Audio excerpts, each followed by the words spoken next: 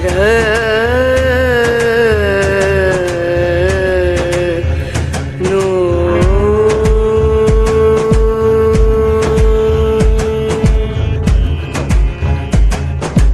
राधे, जय माता की भक्तों।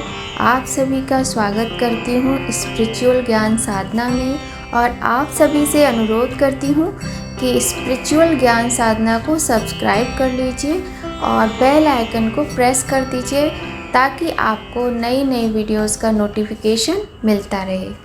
शुक्रवार का दिन धन की देवी की पूजा का होता है। इस दिन धन की देवी माँ लक्ष्मी की विधि विधान से पूजा की जाती है। जिन घरों में प्रति शुक्रवार को माता लक्ष्मी की विधि विधान से पूजा की जाती है, घर में स्वच्छता का ध्यान रखा जाता है, घर में शांति बनी रहती है, वहाँ सुख सौभाग्य और धन की वृद्धि होती है। जय माता की, राधे राधे। कैसे हैं आप सभी लोग? आशा करते हैं सभी लोग बहुत अच्छे होंगे। बताने के लिए कमेंट में जय माता की, राधे राधे कुछ भी अवश्य ही लिखिएगा। आज की वीडियो बहुत ही ज़्यादा महत्वपूर्ण होने वाली है भक्तों, तो वीडियो को बिना स्किप किए पूरा देखिएगा। आज हम आपको बहुत ही अच्छी विधि उपाय बताएंगे कि किस तरह से हम पूजा के करें कि हमारे घर में जो दरिद्रता है, जो धन की कमी है, वो दूर हो जाए और बरकत होने लगे, सुख समृद्धि आने लगे, घर का कलह भी दूर हो। तो वीडियो को पूरा देखिएगा। इससे पहले हम आपसे एक निवेदन करते हैं, अगर चैनल पर नए हैं तो सब्सक्राइब कर लीजिए, बेल आइकन को प्रेस कर दीजिए ताकि आपको महत्वपूर्ण वीडियोस का नोटिफिकेशन समय पर मिलता रहे। इस शुक्रवार के दिन देवी माँ को प्रसन्न करने के लिए कई प्रकार के उपाय व पाठ किए जाते हैं। ऐसी मान्यता है कि जो भक्ति भाव के साथ माँ लक्ष्मी की पूजा करता है और माता के निमित्त एक घी का दिया प्रज्वलित करके श्री कनकधारा स्तोत्र का पाठ करते हैं, उन्हें धन और भौतिक सुखों की प्राप्ति होती है। देवी लक्ष्मी की पूजा शास्त्रों में बहुत अधिक शुभ मानी गई है। शुक्रवार के दिन धन की देवी माँ लक्ष्मी की पूजा होती है। इस दिन भक्त देवी माँ को खुश करने के लिए अत्यधिक उपाय करते हैं। इसके साथ ही कुछ लोग माँ को प्रसन्न करने के लिए उपवास भी रखते हैं। ऐसी मान्यता है जो जातक भाव के साथ माँ लक्ष्मी की पूजा करते हैं और जो माता को सच्चे मन से मनाते हैं, माँ उनके कष्टों को अवश्य ही दूर करती हैं। माता को मनाने के तरीके बहुत सरल हैं। देखिए, सबसे पहला उपाय कि घर में स्वच्छता बहुत अधिक आवश्यक है, चाहे वो आपका बेडरूम हो, चाहे वो आपका ड्राइंग रूम हो। और सबसे पहले जो शुरुआत होती है, हम बात करते हैं रसोई घर से।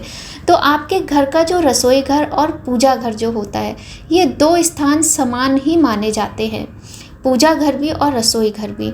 तो आप इस बात का पूर्णतया ध्यान रखें कि रसोई घर का कोना कोना साफ और स्वच्छ होना चाहिए, घर में जाले नहीं लगे होने चाहिए। कहने का तात्पर्य बस इतना है कि साफ सफाई का विशेष ध्यान रखिएगा।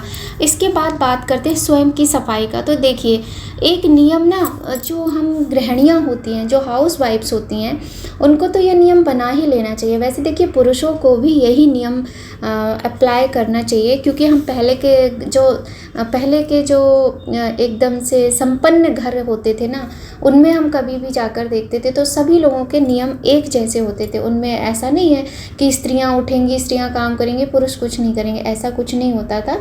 वो घर जैसे पहले थे, वो आज भी उसी प्रकार से संपन्नता से चल रहे हैं। उन घरों में आज भी सुख समृद्धि है, क्योंकि उन घरों में जो नियम होते हैं ना, वो सबके लिए होते हैं और लोग उन नियमों को बोझ की तरह नहीं समझते हैं। अब जैसे टाइम बदल गया है तो लोग 9-9 बजे तक सोते रहते, इससे घर में दरिद्रता आती है।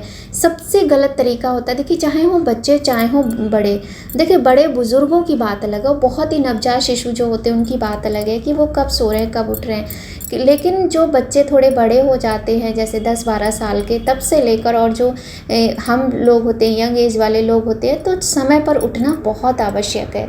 समय पर उठना चाहिए, घर में मांस मदिरा बिल्कुल नहीं आनी चाहिए।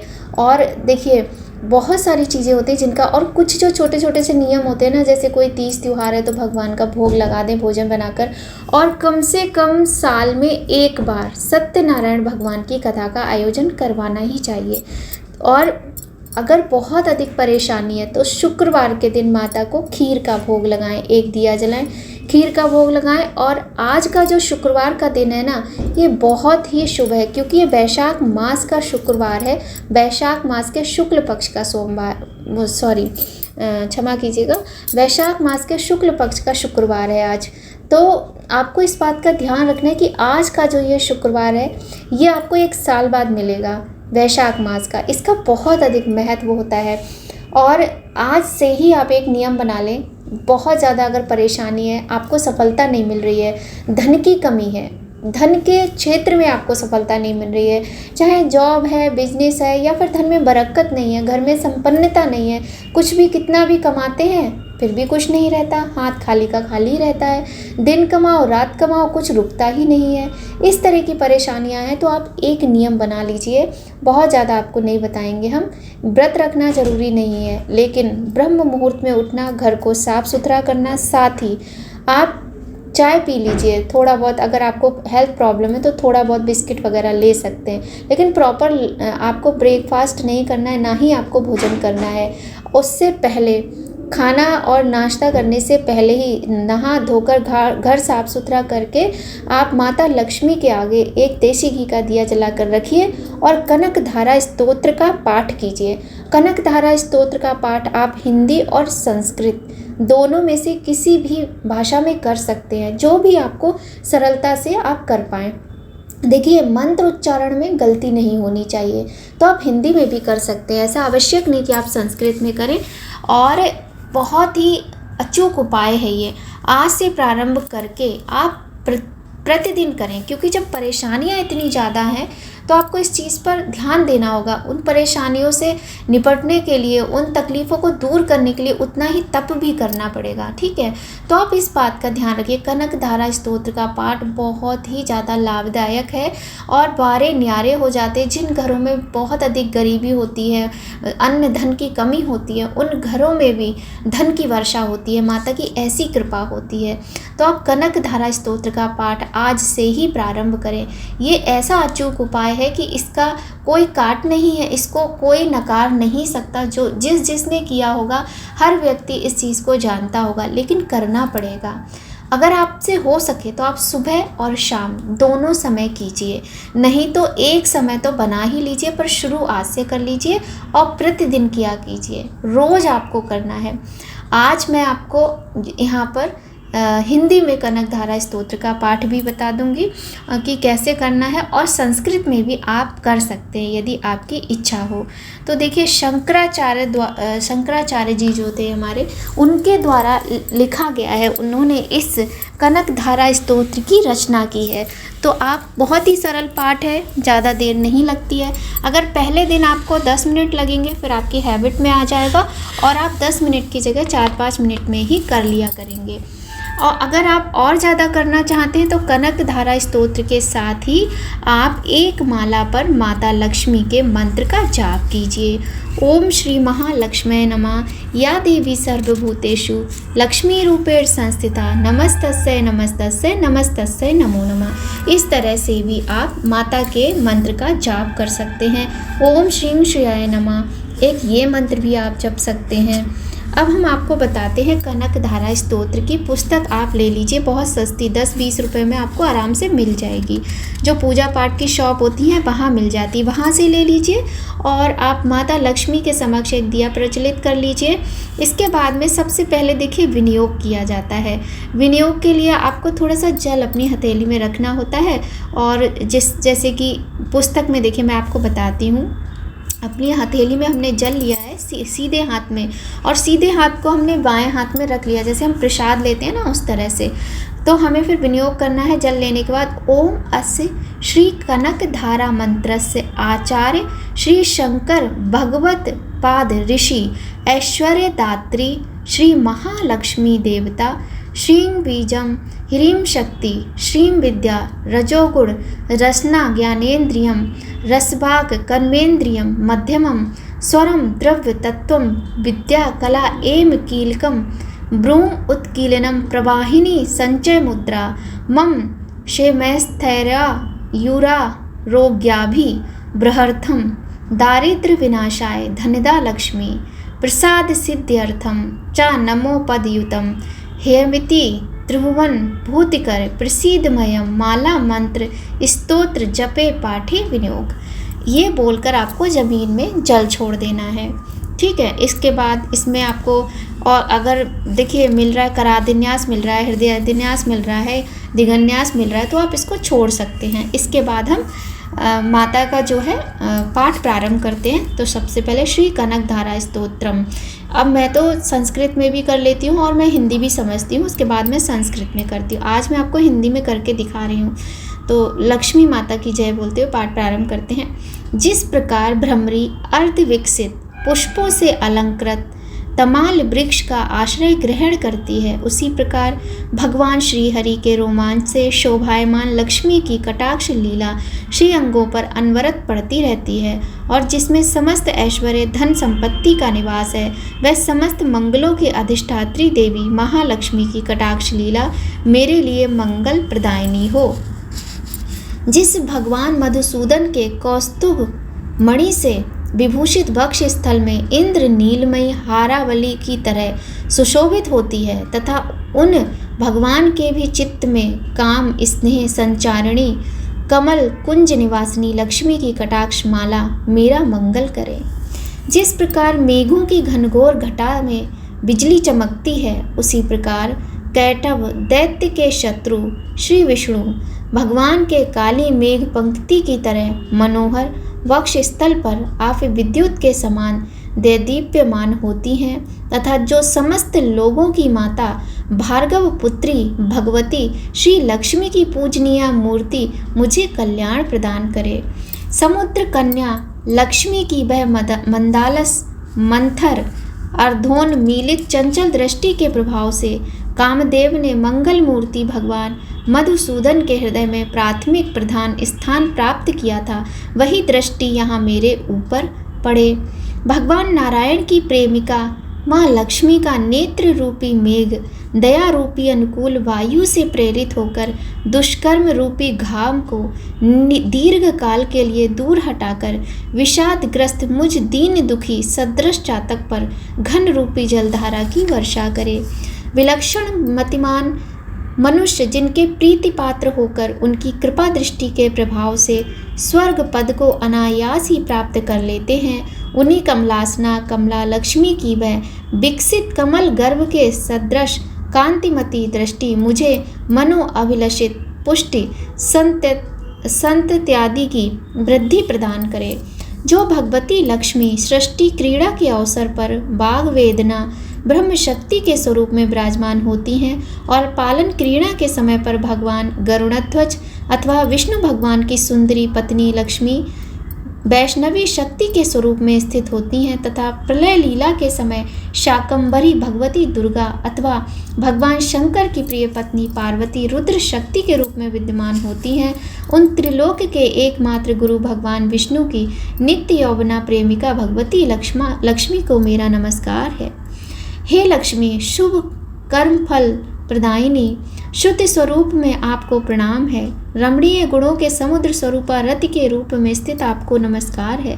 शतपत्र वाले कमल कुंज में निवास करने वाली शक्ति रूपा रमा को नमस्कार है, तथा पुरुषोत्तम श्री हरि की अत्यंत प्राण प्रिया पुष्ट रूपा लक्ष्मी को नमस्कार है। कमल के समान मुख वाली लक्ष्मी को नमस्कार है। क्षीर सागर में उत्पन्न होने वाली रमा को प्रणाम है। चंद्रमा और अमृत की सहोदर बहन को नमस्कार है। भगवान नारायण की प्रेसी लक्ष्मी को नमस्कार है।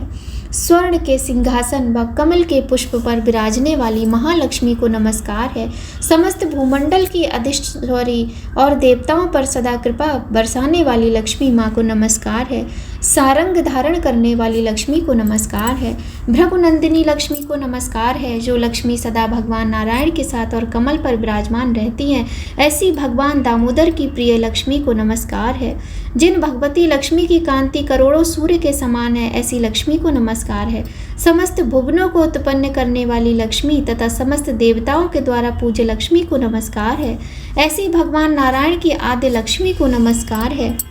हे कमलाक्षी, आपके चरणों में की हुई स्तुति ऐश्वर्य प्रदायिनी और समस्त इंद्रियों को आनंद कारिणी है तथा साम्राज्य पूर्ण अधिकार देने में सर्वथा समर्थ एवं संपूर्ण पापों को नष्ट करने में उद्यत है। हे माता, मुझे आपके चरण कमलों की वंदना करने का हमेशा शुभ अवसर मिलता रहे।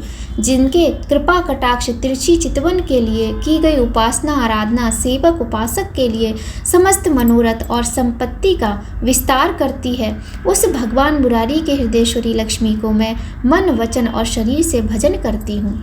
हे भगवती, भगवान हरि की प्रिय पत्नी, आप कमल कुंज में रहने वाली हैं। आपके चरण कमलों में लीला कमल शोभायमान है। आप श्वेत वस्त्र तथा गंधमाला आदि से सुशोभित हैं। आपकी सुंदरता अद्वितीय है। हे त्रिभुवन के वैभव प्रधानी, आप मेरे ऊपर प्रसन्न हुइए। दिग्गजों के द्वारा कनक कुंभ स्वर्ण कलश के मुख से पतित आकाश गंगा के स्वच्छ मनोहर जल से जिस भगवान के श्री अंग का अभिषेक स्नान होता है, उन समस्त लोकों के अधीश्वर भगवान विष्णु पत्नी क्षीर सागर की पुत्री जगन माता भगवती लक्ष्मी को मैं प्रातः काल नमस्कार करती हूँ। हे कमल नयन भगवान विष्णु प्रिया लक्ष्मी, मैं दीनहीन मनुष्यों में अग्रगण्य हूँ, इसलिए आपकी कृपा का स्वभाव सिद्ध पात्र हूँ। आप उपड़ती हुई करुणा के बाढ़ को तरल तरंगों के सदृश कटाक्षों द्वारा मेरी दिशा में अवलोकन कीजिए। जो मनुष्य इन स्तोत्रों के द्वारा नित्य प्रति वेद त्रयी स्वरूपा तीनों लोकों की माता भगवती रमा का स्तोत्र पाठ करते हैं, वे लोग इस पृथ्वी पर महागुणी और अत्यंत सौभाग्यशाली होते हैं एवं विद्वजन भी उनके मनोगत भाव को समझने के लिए विशेष इच्छुक रहते हैं। श्रीमान शंकराचार्य विरचित इस सुवर्ण कनक धारा स्तोत्र का पाठ जो मनुष्य तीनों काल प्रातः मध्याह्न साय में करते हैं, वे लोग कुबेर के समान धनी होते हैं। बोलिए लक्ष्मी माता की जय, कनक धारा स्तोत्र की जय, नारायण भगवान की जय। तो देखिए बहुत ही सरल, ये कितनी जल्दी हो गया, मैंने बड़े आराम से किया है और संस्कृत में भी कोई बहुत ज़्यादा टाइम नहीं लगता है। छोटा सा कनक धारा स्तोत्र होता है, तो आप बहुत अच्छे से इसको नियम में अपना लीजिए कि हमें सुबह ही करना है, क्योंकि देखिए स्वच्छता का विशेष ध्यान रखा जाता है। अब दोपहर में या शाम को भी यदि आपको करना है कनक धारा स्तोत्र का पाठ, तो स्नान आदि करके ही कीजिए, पूरे स्वच्छता से ही कीजिएगा। नहीं तो प्रातः काल का आप नियम बना लीजिए। यदि आप सच में धन के अभाव में दुखी हैं, तो आप ये नियम अवश्य बनाएंगे और करेंगे। फिर आप मुझे कमेंट में बताना कि आपको फ़ायदा हुआ या नहीं। माता लक्ष्मी इस कनक धारा स्तोत्र के पाठ से बहुत अधिक प्रसन्न होती हैं, साथ में नारायण की कृपा भी प्राप्त होती है। तो आज शुक्रवार का बहुत ही शुभ दिन है। माता लक्ष्मी को मनाने का, धन प्राप्ति का ये छोटा सा उपाय आप आज से ही प्रारंभ करें। इसमें कोई आपका बहुत अधिक धन खर्च नहीं होगा, बहुत अधिक समय खर्च नहीं होगा। बस माता के प्रति आपको अपना प्रेम दर्शाना है कनक धारा स्तोत्र का पाठ करके। तो यही बताना चाहते थे उपाय हम आपको। यदि आपको वीडियो थोड़ा भी अच्छा लगे तो लाइक कीजिएगा, चैनल पर नए हैं तो सब्सक्राइब कीजिए और वीडियोस को शेयर कीजिए। कमेंट में जय माता की राधे राधे अवश्य ही लिखिएगा। और अब वीडियो का यहीं पर एंड करते हैं। सभी लोग खूब खुश रहें, स्वस्थ रहें, सुखी रहें, संपन्न रहें और अपनों का भी उतना ही ध्यान रखें जितना खुद का। ठीक है, तो चलिए मिलते हैं आपसे बहुत जल्द नया वीडियो में। जय माता की राधे राधे। माँ लक्ष्मी की कृपा आप सभी पर सदा बनी रहे।